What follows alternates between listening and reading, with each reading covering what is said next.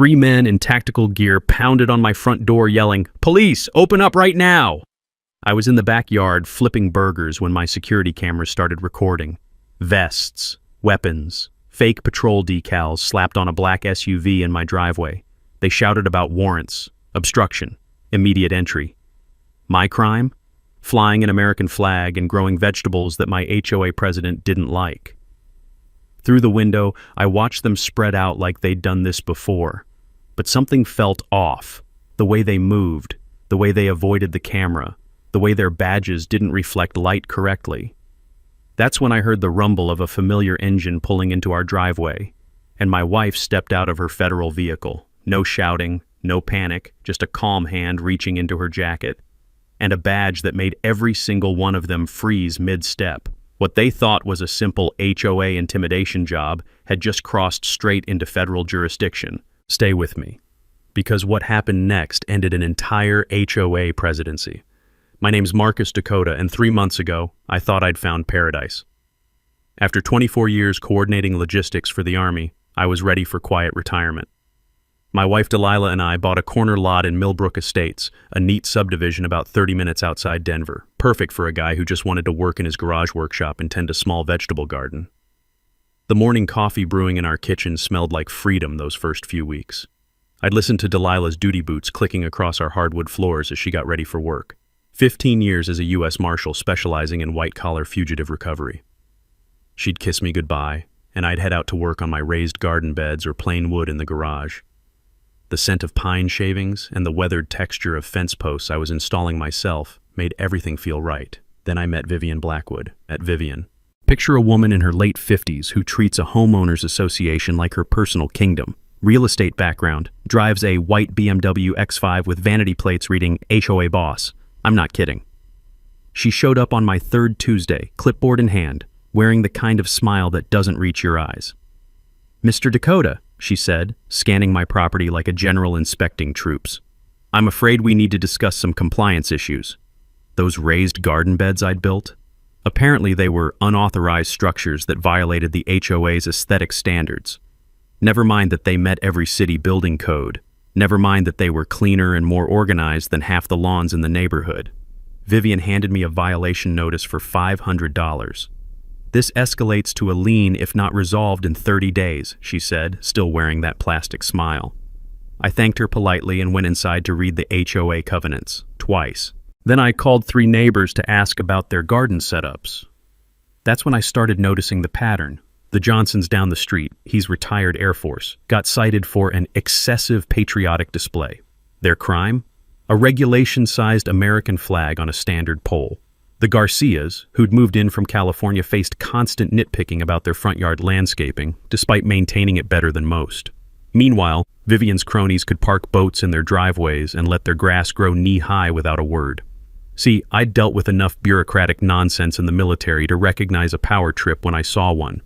But this felt personal, targeted. Like Vivian had decided certain neighbors just didn't belong in her vision of property values. "Honey," Delilah said that evening, reading the violation notice while I explained my theory. "You know what this smells like to me? Selective enforcement. I've seen it before with corrupt officials." "What do you mean?" She set down the notice and looked at me with those sharp eyes that had tracked down federal fugitives across 3 states. "I mean, people who abuse small amounts of power often have bigger secrets to hide. They use harassment to distract from their own problems." I filed a formal dispute the next morning, requesting all HOA meeting minutes from the past 2 years. Standard procedure, according to Colorado state law. I also started documenting every interaction with Vivian, every phone call, every piece of mail. Her response came 3 days later. Not just denying my dispute, that I expected, but her letter included a veiled threat about property inspections and mentioned she had contacts in law enforcement. The paper still smelled like fresh ink from her printer when I read those words twice to make sure I wasn't imagining things. That's when I realized this wasn't going to be a simple neighborhood dispute. Vivian Blackwood thought she could intimidate a retired Army logistics coordinator and the wife of a federal marshal. She had no idea what she was walking into. Vivian's response to my dispute was swift and predictable. Instead of addressing my concerns about the garden beds, she doubled down. A second violation notice arrived in my mailbox on Friday morning, this time for excessive patriotic displays. My crime? That regulation American flag I mentioned. 3 by 5 feet, mounted on a standard 6-foot pole, exactly like thousands of other homes across America. But according to Vivian's new interpretation of HOA rules, it was visually disruptive to neighborhood harmony. The crackle of papers being shuffled filled our kitchen as I spread out the original HOA covenants, the state flag protection statutes, and Vivian's increasingly creative violation notices. The smell of fresh ink from my printer mixed with Delilah's morning coffee as I printed out Colorado Revised Statute 38 to 33.3106, which specifically protects homeowners' rights to display the American flag. "Marcus," Delilah said, reading over my shoulder, "this woman's either completely ignorant of state law or she's banking on you being too intimidated to fight back." I'd learned something important during my military career. When dealing with bullies, documentation is your best weapon. So I filed another formal dispute, this time including a copy of the state flag protection law. I requested detailed meeting minutes showing when the HOA board had voted to restrict flag displays. I even included photographs of 17 other flags in our neighborhood that Vivian had mysteriously overlooked. But I also did something else. I started researching Vivian Blackwood herself. Public records showed she'd been HOA president for 6 years. Real estate license active, though her sales volume had dropped significantly over the past 3 years. Married to Roland Blackwood, who worked for the county assessor's office, which explained some things about her confidence in throwing around threats about property inspections. The response to my second dispute arrived via certified mail. Vivian had scheduled an emergency board meeting to discuss what she called the Dakota property violations. The meeting was set for the following Thursday at 7 p.m. Here's the kicker. They never notified me about this meeting. I only found out because Mrs. Patterson, my neighbor to the east, mentioned it while I was working in the garden. She came by yesterday asking if I'd had any problems with noise or disruption from your property, Mrs. Patterson said, her voice carrying that careful tone people use when they're trying to warn you about something. I told her you've been the best neighbor we've had in years. And that's when I understood Vivian's strategy. She wasn't just targeting me with violations, she was trying to build a case that I was somehow a problem for the entire neighborhood. Divide and conquer. Make me look like the unreasonable one. But she'd made a crucial mistake. See, I'd spent 2 decades coordinating complex logistics under pressure. Patience and planning were my specialties. So instead of storming into that board meeting demanding answers, I did my homework. I spent Tuesday afternoon at the county clerk's office pulling HOA financial records. Public information, available to any homeowner who asks. What I found was interesting. Over the past 3 years, the HOA had paid out almost $15,000 to something called Millbrook Property Management Solutions for compliance consulting services. Funny thing was, I couldn't find any business license for Millbrook Property Management Solutions in Colorado's state database. Wednesday evening, I got my first real break. An anonymous note tucked under my truck's windshield wiper. Simple white paper, block letters, "Some neighbors don't belong here." Now, a different person might have seen this as intimidation, but to me, it looked like evidence. Evidence that someone was escalating beyond official HOA channels into personal harassment. I photographed that note front and back, noting the time and location where I'd found it. Then I drove to the local office supply store and bought a small security camera designed for monitoring packages. 15 minutes of installation and my front porch was under discreet surveillance. Thursday's board meeting happened without me, just as Vivian had planned. But Friday morning brought an interesting development. Mrs. Patterson knocked on my door with a manila envelope. "I thought you should know what happened at that meeting," she said, glancing around nervously before handing me the envelope. "Vivian's got it out for you, honey. But some of us think she's gone too far." Inside was a handwritten summary of the board meeting. 4 members present, all voting to uphold my violations and add a new one. Failure to maintain community standards regarding landscaping aesthetics. They'd also voted to authorize enhanced compliance monitoring of my property. But here's what Vivian didn't know.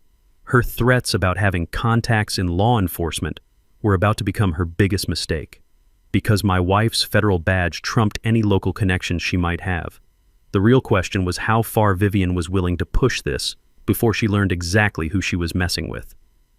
Monday morning brought Vivian's next escalation. A professional-looking man in a polo shirt and khakis knocked on my door at 8 a.m. sharp, clipboard in hand, introducing himself as Dave Morrison from Millbrook Property Management Solutions. "I'm here to conduct the compliance inspection authorized by your HOA board," he said, not quite meeting my eyes. "I need to examine your rear yard structures and measure setback distances. Remember that mysterious company I couldn't find in the state business database? Here was their representative claiming authority to inspect my property based on HOA violations I was actively disputing." "Let me see your credentials," I said. Dave shuffled through his clipboard papers. "I work directly with Mrs. Blackwood on compliance issues. This inspection was voted on by the board." "That's not what I asked. Show me your business license, insurance certificate, and the specific HOA covenant that authorizes third-party inspections." His confidence cracked. "I'll need to check with Mrs. Blackwood about those documents." After Dave left, I spent the afternoon doing what I do best: research. A reverse phone lookup on the number Dave had given me traced back to Mile High Security Services, a private security company that provided what their website called property protection and enforcement services.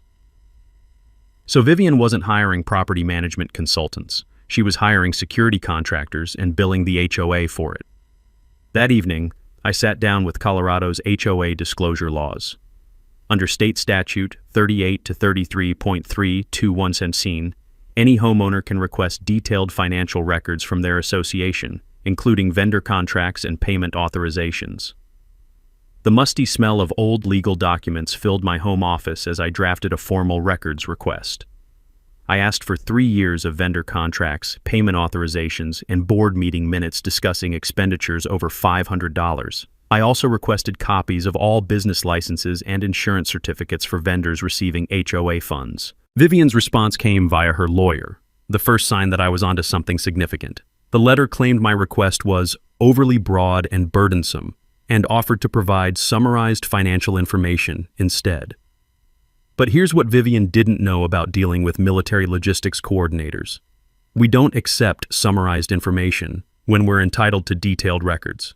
I responded through my own attorney, citing specific statutes and threatening legal action if the records weren't provided within Colorado's mandatory 30-day timeframe. Meanwhile, Delilah was conducting her own investigation. "Marcus," she said one evening, looking up from her laptop, "I ran that security company's name through some databases. Mile High Security Services has some interesting connections." "What kind of connections?" "The kind that make me wonder if your HOA president is running more than just neighborhood compliance scams." She turned her laptop screen toward me. 3 complaints filed with the Better Business Bureau for intimidation tactics and impersonating government officials. That's when the pieces started connecting. Vivian wasn't just embezzling HOA funds through fake vendor contracts. She was using those funds to hire questionable security services that operated in legal gray areas. The HOA records arrived on a Thursday, delivered by a paralegal who seemed eager to drop the box and leave. Inside were 3 years of financial documents that told a fascinating story. Millbrook Property Management Solutions didn't exist because it was just a shell name. The actual payments, $23,000 over 24 months, had gone to Mile High Security Services. But here's the interesting part. The invoices were for property compliance consulting, while the actual services described in their incident reports were enforcement actions and intimidation protocols. In military terms, Vivian had been cooking the books. She'd convinced the HOA board to approve payments for legitimate-sounding property management services, then used that authorization to hire muscle for personal vendettas. My calculator clicked steadily as I added up the discrepancies. $23,000 in unauthorized security services, another $8,000 for emergency landscaping that had never happened. Vivian Blackwood had been systematically stealing from her neighbors for over 2 years, but the real revelation came in a folder marked Board Executive Sessions. Meeting minutes showed Vivian had been voting on her own vendor contracts without disclosing her financial relationships. Under Colorado law, that's not just embezzlement, it's breach of fiduciary duty, which carries personal liability for board members.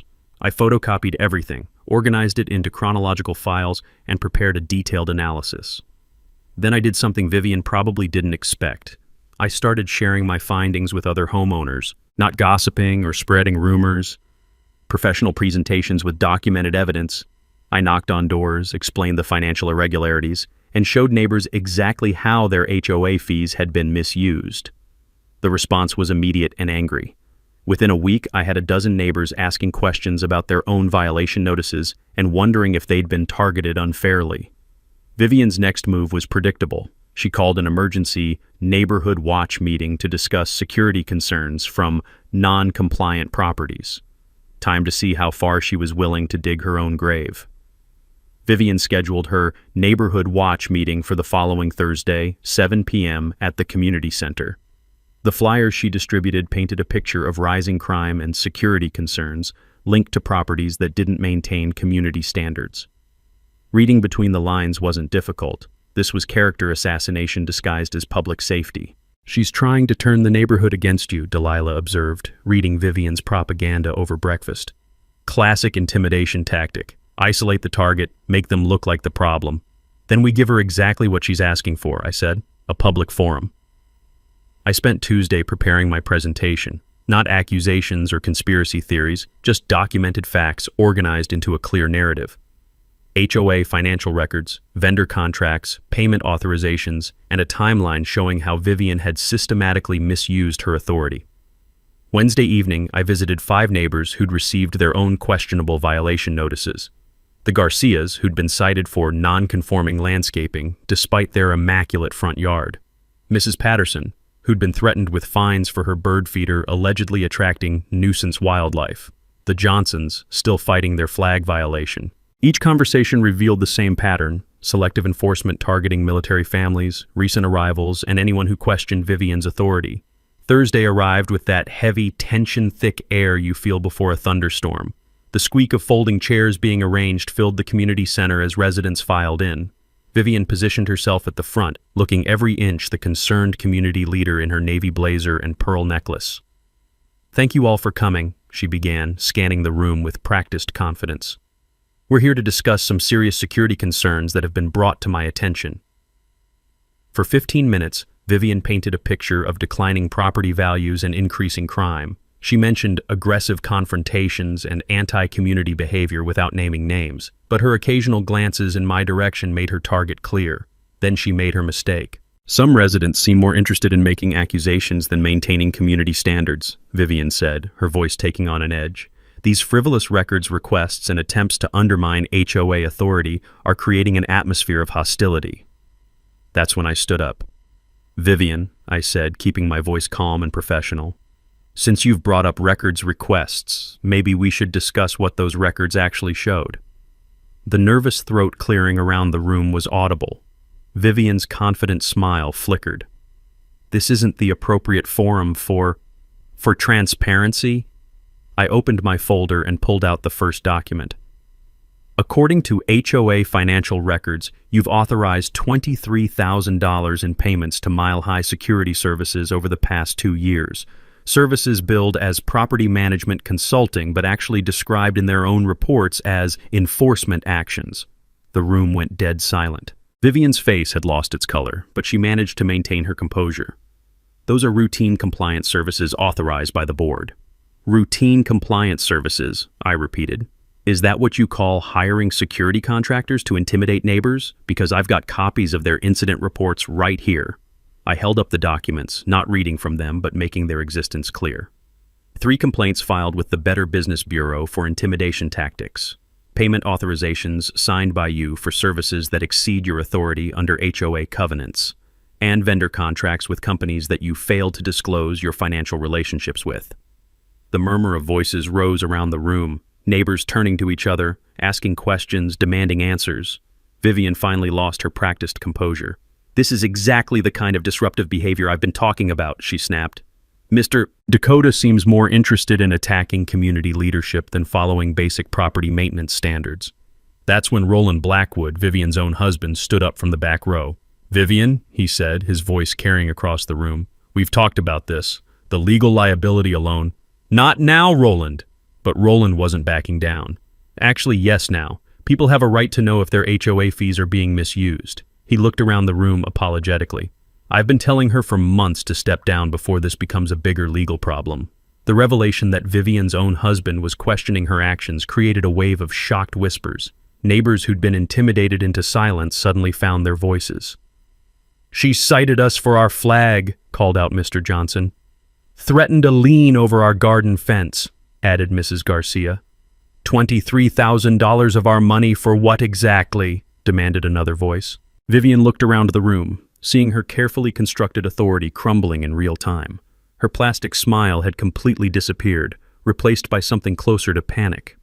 "This meeting is over," she announced, grabbing her papers. "Immediate enforcement action will be taken against all non-compliant properties." She stormed toward the exit, but 3 neighbors stepped forward to block her path, not physically, just positioned where she couldn't ignore them. "Mrs. Blackwood," said Mrs. Patterson, finding a strength in her voice I'd never heard before, "we demand a special board election. Tonight's revelations require immediate action." Vivian pushed past them and fled to her BMW, leaving behind a room full of neighbors who were finally asking the right questions. But her parting threat about immediate enforcement action told me she wasn't done. If anything, she was about to get desperate. Friday morning brought unexpected news that changed everything. Delilah came home from work with an expression I'd learned to recognize over our 15 years of marriage, the look she got when a case took an interesting turn. "Marcus," she said, settling down at our kitchen table with her laptop, "I ran a background check on your HOA president. You're not going to believe what I found." She turned the screen toward me, showing an FBI database search result. Vivian Blackwood has an outstanding federal warrant for tax evasion from her previous state. Colorado authorities never transferred the warrant when she moved here 3 years ago. I stared at the screen, reading the details. Tax evasion, failure to report income, fraudulent business deductions, charges filed in Arizona in 2018, warrant issued in 2019 but never executed because Vivian had disappeared. "She's been running," I said, "for 6 years. And here's the interesting part. As a U.S. Marshal, I could technically arrest her right now. Interstate compact agreements allow federal marshals to execute state warrants in any jurisdiction." The pieces suddenly clicked together in my head.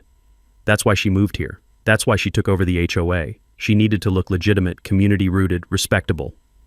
Exactly. But there's more. Delilah pulled up another document. Her tax evasion case involved hiding income from a property management business. Sound familiar? The parallels were striking. In Arizona, Vivian had been skimming money from multiple HOA accounts through fake vendor contracts and inflated service charges. The same playbook she was running here in Colorado, just on a smaller scale. She's been using the HOA position to appear settled and legitimate, while running the same scams that got her in trouble before, Delilah continued.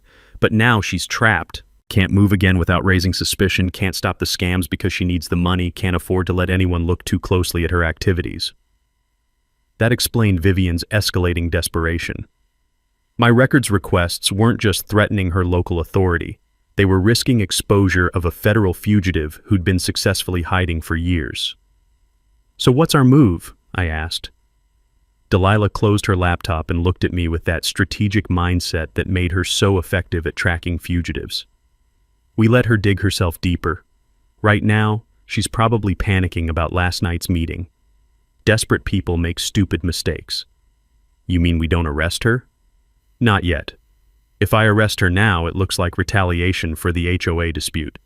But if she escalates her harassment campaign while I document everything, Delilah smiled. Then we have a federal fugitive who's been using fraudulent authority to intimidate citizens. That's a much stronger case. The legal complexity was fascinating. Outstanding warrants don't expire and they can be executed years later in any jurisdiction. But the timing of an arrest can significantly impact how charges are perceived and prosecuted.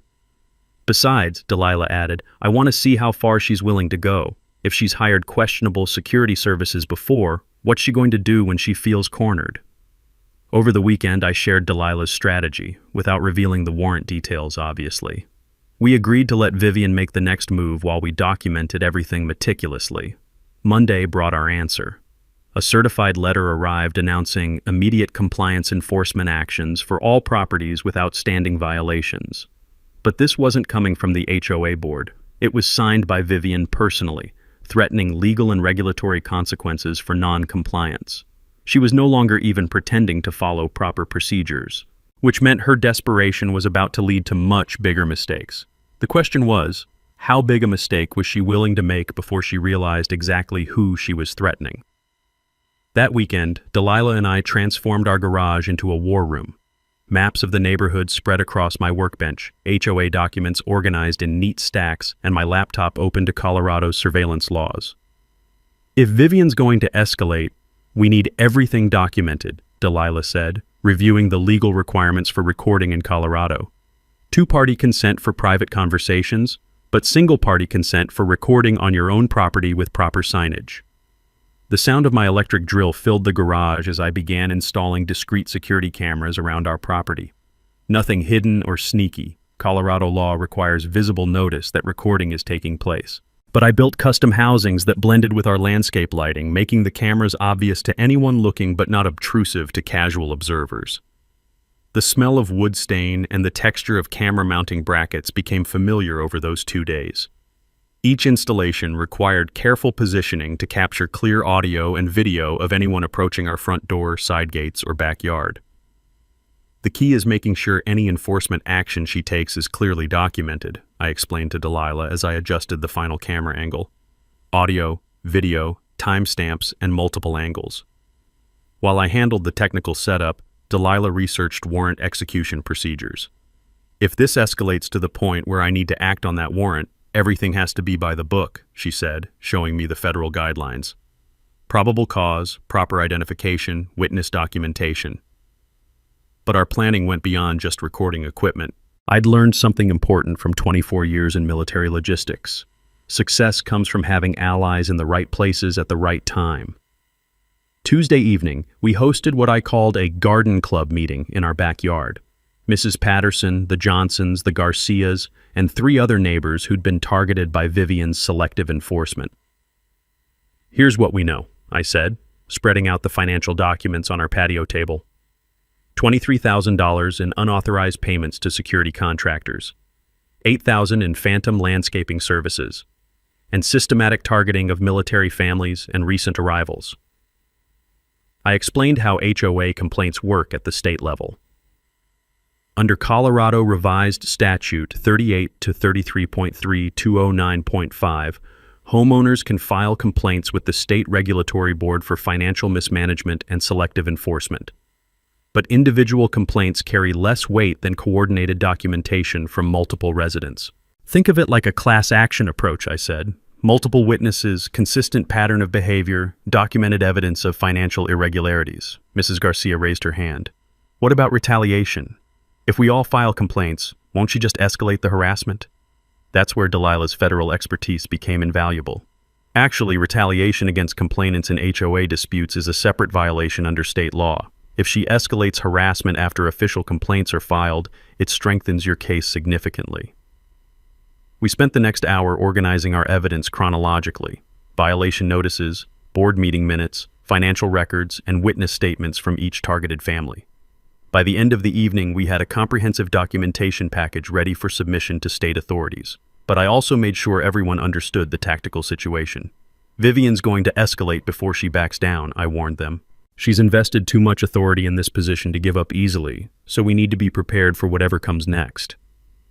Wednesday, I made 2 important phone calls. First, to the Denver Metro Task Force that coordinates with federal marshals on warrant executions. I didn't mention specifics, just confirmed the procedures for backup support if needed. Second, to a local news contact I'd met during my Army public affairs work, not to tip them off about an impending story, but to establish the relationship in case newsworthy events developed. The media angle is crucial, Delilah explained that evening. If this goes public, we want to control the narrative with facts rather than letting Vivian spin it as neighborhood drama. Thursday brought our first test of the new security system. A unmarked sedan circled our block 3 times between 2 and 3 p.m., slowing down in front of our house each time. The cameras captured clear images of the driver, a man in his 30s wearing the same polo shirt style as Dave Morrison from Millbrook Property Management Solutions. Reconnaissance, Delilah observed, reviewing the footage. They're planning something that requires advanced intelligence about your daily routine. I printed out the best images and added them to our evidence file. Then I called Mrs. Patterson to give her a heads up about increased surveillance activity in the neighborhood. Whatever they're planning, I told Delilah that night, it's coming soon. She nodded, checking her service weapon and badge. Then we'll be ready. The security cameras hummed quietly in the darkness outside, recording everything, waiting for Vivian's next mistake. Friday morning brought Vivian's most brazen escalation yet. I was enjoying my coffee on the back deck when a man in an orange safety vest and hard hat appeared at my side gate, carrying an official-looking clipboard and measuring tape. "City building inspector," he announced. "I'm here about your fence height violations." The metallic ping of his measuring tape echoed across the yard as he began checking my fence, but something felt off. Real city inspectors don't show up without advance notice or written complaints. They certainly don't start measuring without introducing themselves properly or explaining the specific violation. "Let me see your credentials," I said, setting down my coffee. "I don't need to show you anything, sir. This is official city business." That's when I knew we were dealing with another fake. I pulled out my phone and called the actual city planning office while he continued his theatrical measuring. "Hi, this is Marcus Dakota on Millbrook Drive. I've got a city inspector here checking fence violations. Can you confirm you sent someone to my address this morning?" The pause on the other end told me everything. "Sir, we don't have any inspectors in your area today, and we don't conduct fence inspections without written complaints and advance notification." "Interesting," I said, loud enough for the fake inspector to hear. "Because I've got someone here claiming to be from your office." The man's measuring tape stopped clicking. His confident demeanor cracked just like Dave Morrison's had. "Sir, I'm going to need to see your city employee identification, business cards, and the written complaint that authorized this inspection," I continued. He started backing toward the gate. "I'll need to return with additional documentation.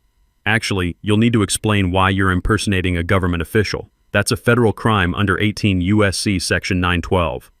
The crunch of gravel under his boots sounded like panic as he hurried to his truck. I followed at a distance, making sure my security cameras captured his license plate and clear images of his face. Within minutes, he was gone. But not before my cameras recorded the entire encounter, including his refusal to show credentials and his admission that he'd need to return with additional documentation, essentially confessing that he didn't have proper authorization. I called Delilah immediately. Fake government inspector this time. Same pattern as before, but escalated to impersonating city officials. "That's federal territory," she said. "Impersonating municipal employees falls under the same statutes as impersonating federal officers. Are you sure you got good footage?" "Crystal clear, audio and video from 3 angles." That afternoon, I received angry phone calls from 2 of my garden club neighbors. The Johnsons got a visit from a county health inspector concerned about their unsanitary composting practices. They don't compost. Mrs. Garcia was visited by someone claiming to be from code enforcement about her illegal storage shed, a standard garden shed that's been properly permitted for 5 years. The pattern was clear.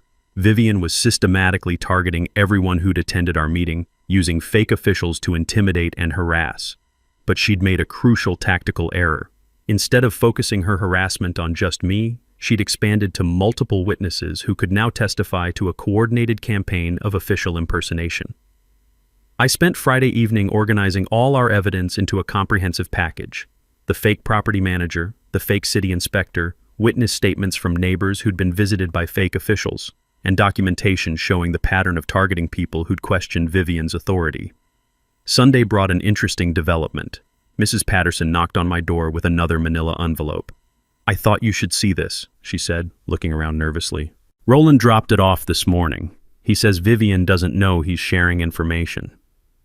Inside was a copy of an email exchange between Vivian and Mile High Security Services. The subject line read, "Enhanced Property Compliance Services, Urgent." Vivian's email was revealing, "Previous approaches have been insufficient. Need more authoritative presence to resolve ongoing compliance issues. Budget approved for escalated enforcement protocols." Mile High's response was even more interesting. "Understood. Our enhanced services include uniformed presence with official documentation. Additional liability coverage required for government consultation services." "Government consultation services," I read aloud to Delilah. "They're not even trying to hide what they're doing."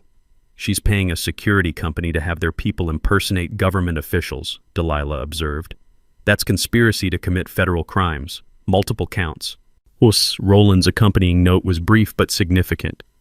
"She won't listen to reason. This has to stop before someone gets hurt or we all end up in legal trouble." Even Vivian's own husband was trying to sabotage her escalating campaign. But the most telling part of Mile High's email was the final paragraph.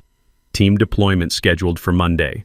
Full authority presentation as discussed. Payment required in advance. Monday. Tomorrow. Vivian was planning something bigger than fake inspectors. Time to see exactly how far she was willing to go. Monday morning started with an unexpected phone call at 7:30 a.m. Unknown number, professional-sounding woman. Mr. Dakota, this is Sarah Mitchell from Millbrook Legal Services. We're calling regarding your HOA compliance issues. We'd like to offer an amicable resolution. I motioned for Delilah to listen in as I put the call on speaker. What kind of resolution? Mrs. Blackwood has authorized us to offer a voluntary relocation package. $5,000 to cover moving expenses, plus assistance finding comparable housing outside the Millbrook Estates area. The nervous sweat smell of desperation practically came through the phone line. You're offering me $5,000 to leave my own home?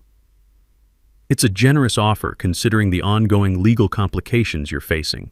Multiple violation notices, potential lien actions, and the escalating dispute with community leadership. Delilah made notes while I kept Sarah talking. What legal complications? I've followed all proper dispute procedures under state law. Mr. Dakota, between you and me, continuing to fight this will be expensive and stressful for everyone involved. Sometimes it's better to find a fresh start somewhere that's a better fit. There it was. Vivian was so desperate to get rid of me that she was offering bribery disguised as conflict resolution. I appreciate the offer, I said, but I'm not interested in relocating. This is my home. I understand, but please consider that Mrs. Blackwood has significant resources and local connections. Avoiding further legal complications might be in your best interest. After Sarah hung up, Delilah shook her head. That sounded like an extortion attempt. Pay you to leave or face escalated harassment. She's running scared, I agreed. Question is, what's she planning that made her think a bribery attempt was necessary? We got our answer at 2:15 p.m. I was working in the garage when the rumble of approaching vehicles caught my attention. Through the window, I saw an unmarked dark sedan followed by a white panel van pulling up to my driveway.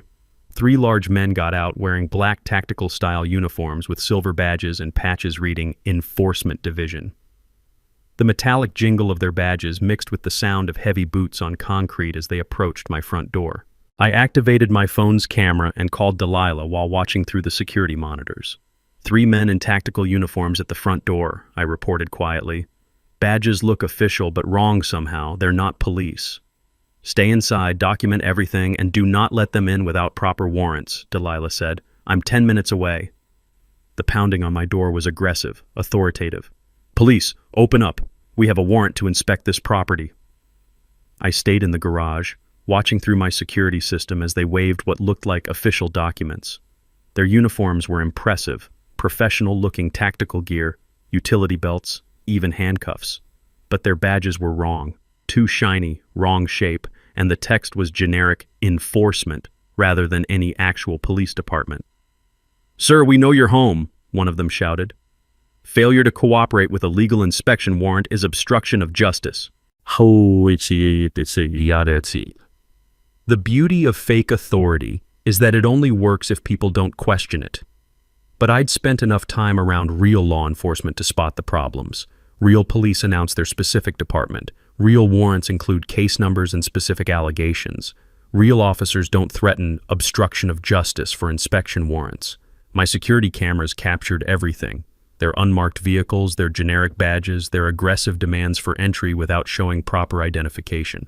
At 2:22 p.m., I heard the best sound possible, the rumble of Delilah's federal vehicle pulling into our driveway. Through the security monitor, I watched my wife step out of her car. Full U.S. Marshal tactical gear, federal badge clearly visible, service weapon properly secured. The contrast was immediate and obvious, real authority versus theatrical authority. The 3 fake cops saw her approaching and their aggressive demands stopped mid-sentence. Gentlemen, I heard Delilah's calm, professional voice through the monitor. I'm U.S. Marshal Dakota. Can I see some identification? We're conducting an official property inspection, the leader said, but his confidence was already cracking. I understand. Which department are you with? What's your badge number? Can I see the inspection warrant? The nervous shuffling was audible. We're with, Local Enforcement Services. Local Enforcement Services, Delilah repeated slowly. That's not a police department. Are you private security? That's when I stepped out of the garage, still recording.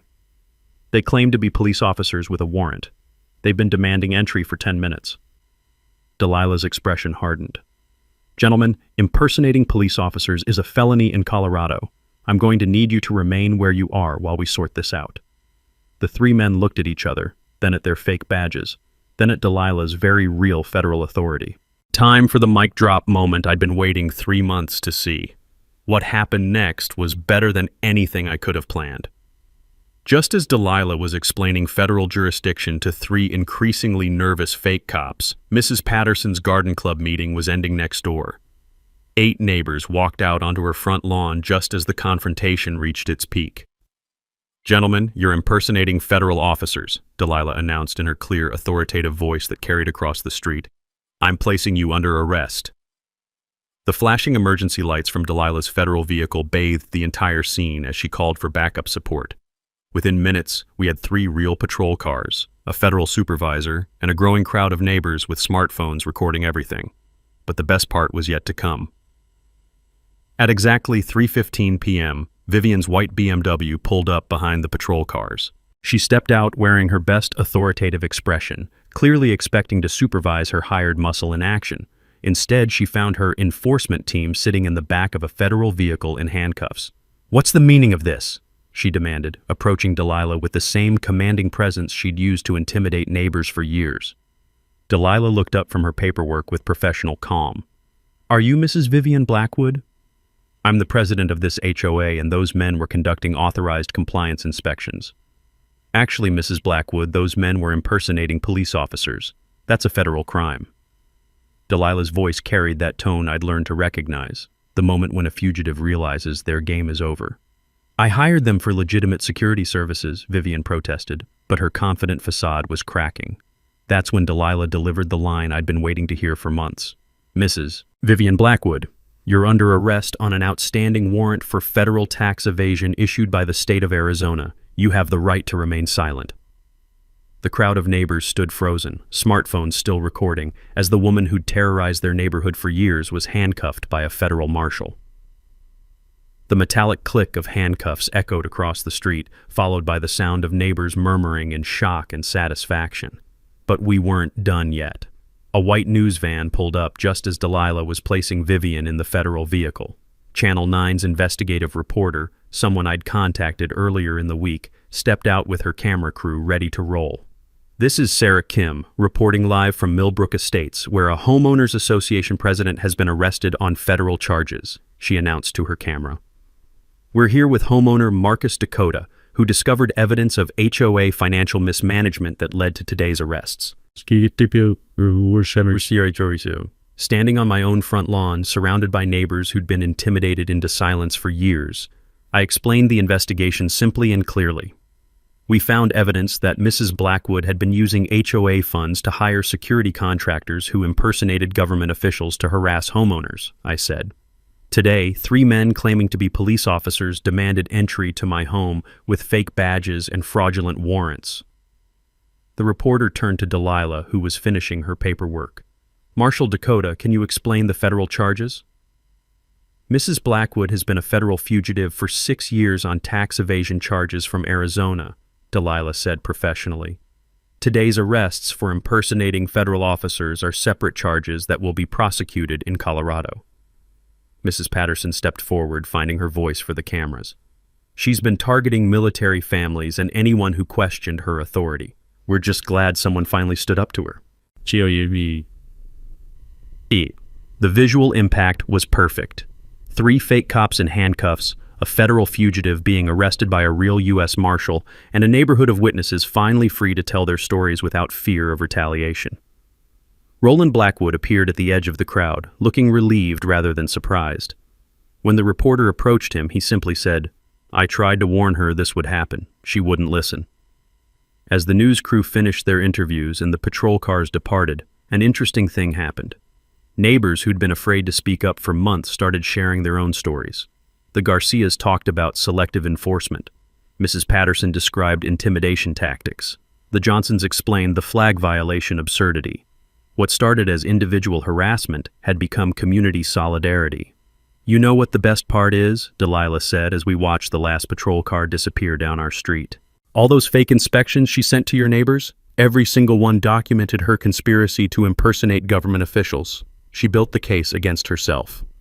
Standing in our driveway, surrounded by neighbors who were finally free to enjoy their own properties without fear, I realized we'd accomplished something bigger than just stopping one corrupt HOA president. We'd proven that bullies with fake authority can't stand up to real accountability. 6 months later, Millbrook Estates had transformed into the kind of neighborhood we'd all hoped for when we moved here. Vivian's legal aftermath was swift and comprehensive. The fake security team received federal sentences ranging from 18 to 36 months for impersonating government officials. Vivian herself was extradited to Arizona on the original tax evasion charges, then brought back to Colorado to face conspiracy charges for the HOA embezzlement scheme. Her total sentence: 8 years federal prison with restitution requirements. Roland Blackwood cooperated fully with investigators, helping recover $31,000 in embezzled HOA funds through asset forfeiture. The recovered money was returned to our community association account, providing resources we'd never had before. The emergency HOA election held 2 weeks after Vivian's arrest brought real change. Mrs. Patterson was elected president, with the Garcia family and Mr. Johnson joining the board. Their first official act was rescinding every violation notice issued during Vivian's tenure and establishing transparent financial oversight procedures. "No more secret vendor contracts," Mrs. Patterson announced at our first post-Vivian board meeting. "Every expenditure over $200 requires full board approval and homeowner notification." The new board also established what we called the Veterans Assistance Fund, using a portion of the recovered embezzlement money to help military families with property maintenance and emergency repairs. Within 3 months, we'd helped 4 families with everything from roof repairs to wheelchair accessibility modifications. But the real transformation was harder to quantify. The smell of fear that had hung over our neighborhood for years was replaced by something warmer, the scent of barbecues where neighbors actually wanted to spend time together. The sound of children playing in yards without parents worrying about violation notices. The sight of American flags flying proudly without threats of fines. Property values increased 12% over 6 months, according to Roland's county assessor data. Real estate agents started marketing Millbrook Estates as a veteran-friendly community with transparent governance. My own legal education had unexpected benefits. 3 other HOA disputes in surrounding neighborhoods asked for my help documenting financial irregularities and selective enforcement patterns. I became an informal consultant on homeowner rights, helping families understand Colorado's HOA disclosure laws and complaint procedures. Delilah's federal case became a training example for other marshals dealing with fugitives who'd integrated into community leadership roles. "Sometimes the best hiding place is a position of local authority," she explained to new marshal trainees. "But authority without legitimacy always collapses under scrutiny." The security cameras I'd installed remained active, but now they primarily recorded neighborhood kids riding bikes and friendly conversations over garden fences. The evidence files from Vivian's harassment campaign were stored securely, available if needed for ongoing legal proceedings. Last month, our new HOA board organized the first annual Millbrook Community Festival, featuring local food trucks, a Veterans Appreciation Ceremony, and booths from neighborhood small businesses. The funds raised went directly to playground improvements and a scholarship fund for military children attending college. Standing at that festival, watching families enjoy themselves without fear of arbitrary authority, I reflected on what we'd really accomplished. We hadn't just stopped one corrupt official. We'd proven that communities can reclaim their power from bullies and create something better. The best moment came when Mrs. Garcia approached me at the festival. "Marcus," she said, "my daughter asked me why our neighbors seem so much happier now. I told her that sometimes good people have to stand up to bad people to protect everyone else." That's exactly what I'd wanted to hear. But this story isn't over. Next month, I'm helping a disabled veteran in the next subdivision fight predatory contractors who've been targeting military families with overpriced home repairs and fake emergency services. Same playbook, different scam, but now we know how to fight back. So here's my message to anyone dealing with corrupt authority. Document everything, build alliances, and remember that bullies depend on good people staying silent. Drop your worst HOA nightmare in the comments. You might be featured in a future video. And if you want to hear more stories about regular people beating corrupt systems, make sure to subscribe, because the best defense against fake authority is real community. Thanks for hanging out with us on HOA Stories, where the HOA Karens meet their match. If this story had you cheering or cringing, go ahead and like the video, drop a comment with your reaction, and hit subscribe so you're ready for the next wild HOA tale.